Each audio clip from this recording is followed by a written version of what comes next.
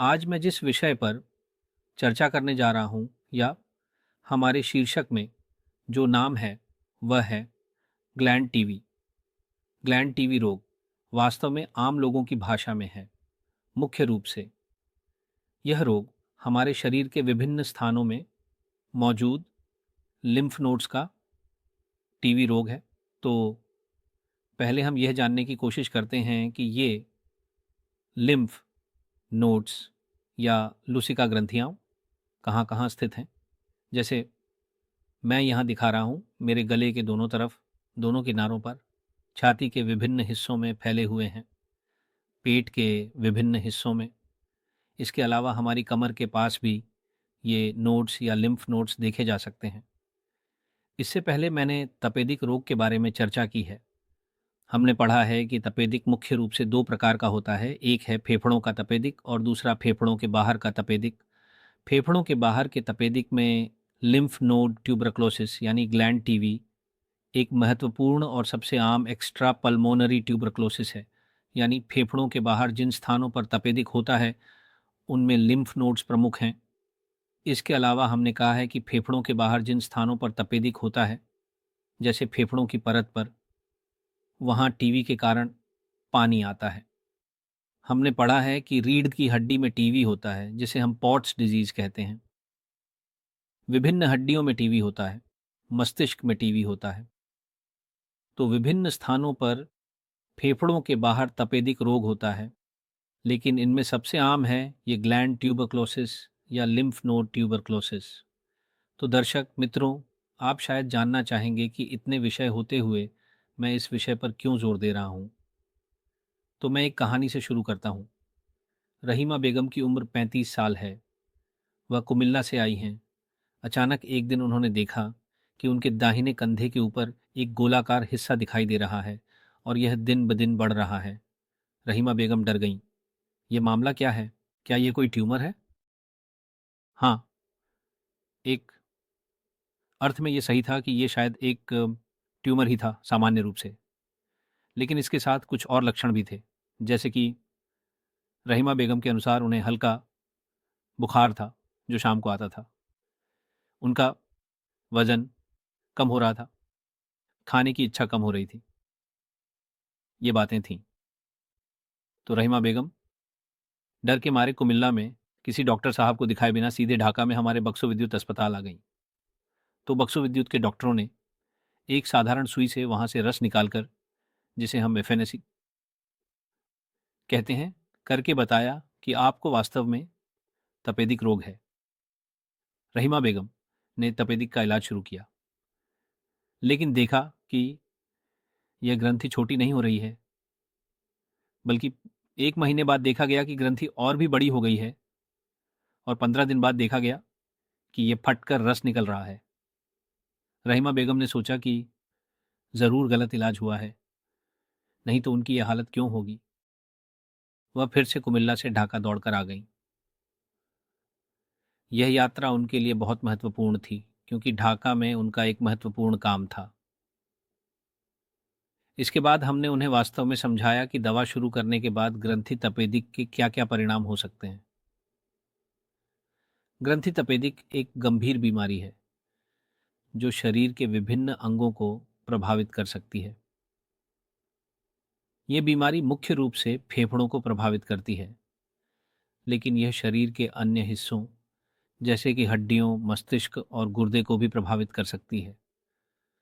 दवा शुरू करने के बाद मरीज को कुछ सामान्य लक्षणों का अनुभव हो सकता है, जैसे कि बुखार, थकान, वजन कम होना और रात को पसीना आना। इन लक्षणों के अलावा दवा के कुछ दुष्प्रभाव भी हो सकते हैं, जैसे कि मतली, उल्टी और भूख में कमी। इसलिए यह बहुत महत्वपूर्ण है कि मरीज दवा को नियमित रूप से ले और डॉक्टर के निर्देशों का पालन करे। इसके अलावा मरीज को अपने आहार और जीवन शैली में भी कुछ बदलाव करने की आवश्यकता हो सकती है, ताकि वह जल्दी ठीक हो सके। हमने उन्हें यह भी बताया कि अगर उन्हें कोई असामान्य लक्षण महसूस हो तो तुरंत डॉक्टर से संपर्क करें। इस प्रकार हमने उन्हें ग्रंथि तपेदिक के बारे में पूरी जानकारी दी और यह सुनिश्चित किया कि वह दवा के सभी संभावित परिणामों से अवगत हैं।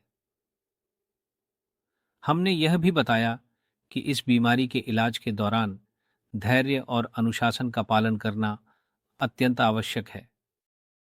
अगर ये पेट के अंदर हो तो पेट के अंदर ऐसा लगेगा जैसे कोई ट्यूमर या गांठ जैसा कुछ है। रोगी इसे महसूस कर सकते हैं। इसके अलावा जैसा कि मैंने कहा कि रोगी को हल्का बुखार हो सकता है, वजन कम हो सकता है, खाने में अरुचि हो सकती है और साथ ही यह भी देखा जाता है कि अगर इस ग्रंथि के साथ फेफड़े भी प्रभावित होते हैं तो लंबे समय तक खांसी हो सकती है। खांसी के साथ खून आ सकता है। बहुत अधिक मात्रा में बलगम निकल सकता है। तो देखा जाता है कि ग्रंथि तपेदिक के साथ 20 से 30% रोगियों के फेफड़ों में तपेदिक होता है। तो हम इस प्रकार के रोगियों की जांच कैसे कर सकते हैं? तो जब हम देखेंगे कि यहाँ बड़ी बड़ी ग्रंथियां सूजी हुई हैं तो सबसे अच्छा है कि पूरी ग्रंथि को काटकर निकालकर जांच की जाए। हालांकि कई मामलों में यह प्रक्रिया महंगी या रोगी के लिए कुछ हद तक कष्टदायक हो सकती है। इसलिए हम एक छोटी सुई से रस निकालकर यह जांचने की कोशिश करते हैं कि उसमें टीबी है या नहीं। इसे हम अंग्रेजी में एफएनएसी कहते हैं, लिम्फ नोड से एफएनएसी। इस परीक्षण के माध्यम से हम यह देखने की कोशिश करते हैं कि उसे टीबी है या नहीं। इसके अलावा कुछ नियमित रक्त परीक्षण किए जाते हैं। छाती का एक्सरे किया जाता है ताकि यह देखा जा सके कि छाती में भी टीबी है या नहीं। साथ ही बलगम की भी जांच की जाती है। कई मामलों में छाती का सीटी स्कैन किया जाता है। पेट का अल्ट्रासोनोग्राफी किया जाता है ताकि यह देखा जा सके कि इन ग्रंथियों के अलावा कहीं और भी इन्वॉल्वमेंट है या नहीं। इसके अलावा हम उस ग्रंथि से रस निकालकर जीन एक्सपर्ट नामक एक प्रकार का परीक्षण करते हैं। इसके माध्यम से हम 2 घंटे के भीतर यह निर्धारित करते हैं कि वहां टीबी के जीवाणु हैं या नहीं। इसके अलावा लिम्फ नोड से रस लेकर हम कल्चर भी कर सकते हैं। तो आप शायद पूछ सकते हैं कि क्या केवल ग्रंथि में टीबी होता है जो या कोई अन्य रोग भी हो सकता है? हाँ, ये भी एक महत्वपूर्ण बात है कि केवल टीबी ही नहीं लेकिन बल्कि और भी कई प्रकार की बीमारियां हैं जिनसे इस प्रकार की ग्रंथियां सूज सकती हैं। जब सामान्य रूप से ग्रंथियां होती हैं तो वे दिखाई नहीं देती। जब वे किसी बीमारी से प्रभावित होती हैं तभी ये ग्रंथियां सो स्पष्ट रूप से दिखाई देती हैं। और कौन कौन सी बीमारियां हो सकती हैं? जैसे आपके गले में कहीं डिजार्थी संक्रमण हुआ है, दांत में कहीं संक्रमण हुआ है, तो आपके गले के पास की ग्रंथियां सोंडें सूज सकती हैं। लेकिन इस स्थिति में ग्रंथियां थोड़ी दर्दनाक होती हैं और एक समय के बाद जल्दी ही ठीक हो जाती है। फिर कुछ रक्त कैंसर में भी ये ग्रंथियां बड़ी हो सकती हैं, जैसे हम ल्यूकेमिया कहते हैं, लिम्फोमा कहते हैं। इन मामलों में भी ग्रंथियां बहुत बड़ी हो जाती हैं। तो आप समझ गए होंगे कि और किन कारणों से बम ग्रंथियां बड़ी हो सकती हैं।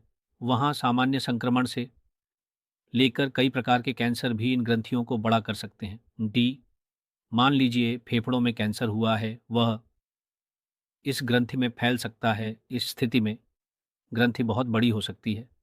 इस मामले में मैं कहूँगा, जब आपने देखा कि आपकी ग्रंथि में टीबी है तो आप थोड़ी राहत की सांस ले सकते हैं कि आपको कैंसर नहीं हुआ है या कोई और गंभीर बीमारी नहीं हुई है या ल्यूकेमिया नहीं हुआ है, नहीं लिम्फोमा नहीं हुआ है। टीबी की दवा टीबी हुआ है तो टीबी की दवा लें और धीरे धीरे यह ठीक हो जाएगा। उस स्थिति में 9 मामलों का पता चलता है। तो आप निराश ना हो, क्योंकि आप इस सोच से राहत पा सकते हैं कि आपको उस प्रकार की गंभीर बीमारियां मौनी नहीं हुई हैं। ग्रैंड ग्रैंड टी यानी 2 टी या क्लोरोसिस के इलाज के बारे में कहें तो कई मामलों में रोगी को कुछ परेशानी का सामना करना पड़ता है। आमतौर पर ग्रीन टी 1-2 कम महत्वपूर्ण है, लेकिन यहाँ परेशानी अधिक है। कैसे अधिक? हमने तो रहीमा बेगम की कहानी बताई कि उन्होंने कैसे शुरू किया। वह ग्रंथि छोटी नहीं हुई, बल्कि थोड़ी बड़ी हो रही थी। एक समय पर फटकर उसमें से रस निकलना शुरू हो गया, लेकिन हर किसी के मामले में ऐसा नहीं होता।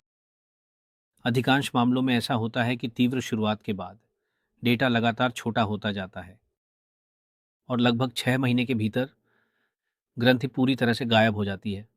रोगी पूरी तरह से स्वस्थ महसूस करता है।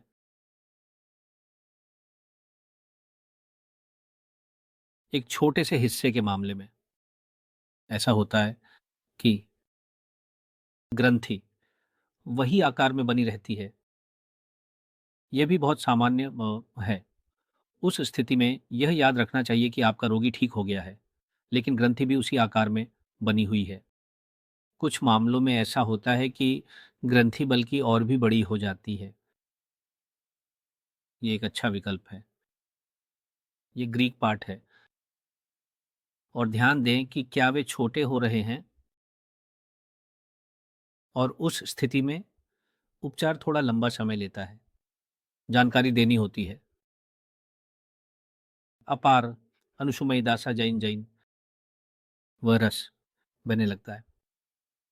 तो उस स्थिति में भी हम पुनः अच्छी तरह से परीक्षण करने की सलाह देते हैं। आवश्यकता होने पर पहले हम श्रेणी 1 टीबी दवा दे रहे थे, बाद में शायद श्रेणी 2 दवा दी जाती है।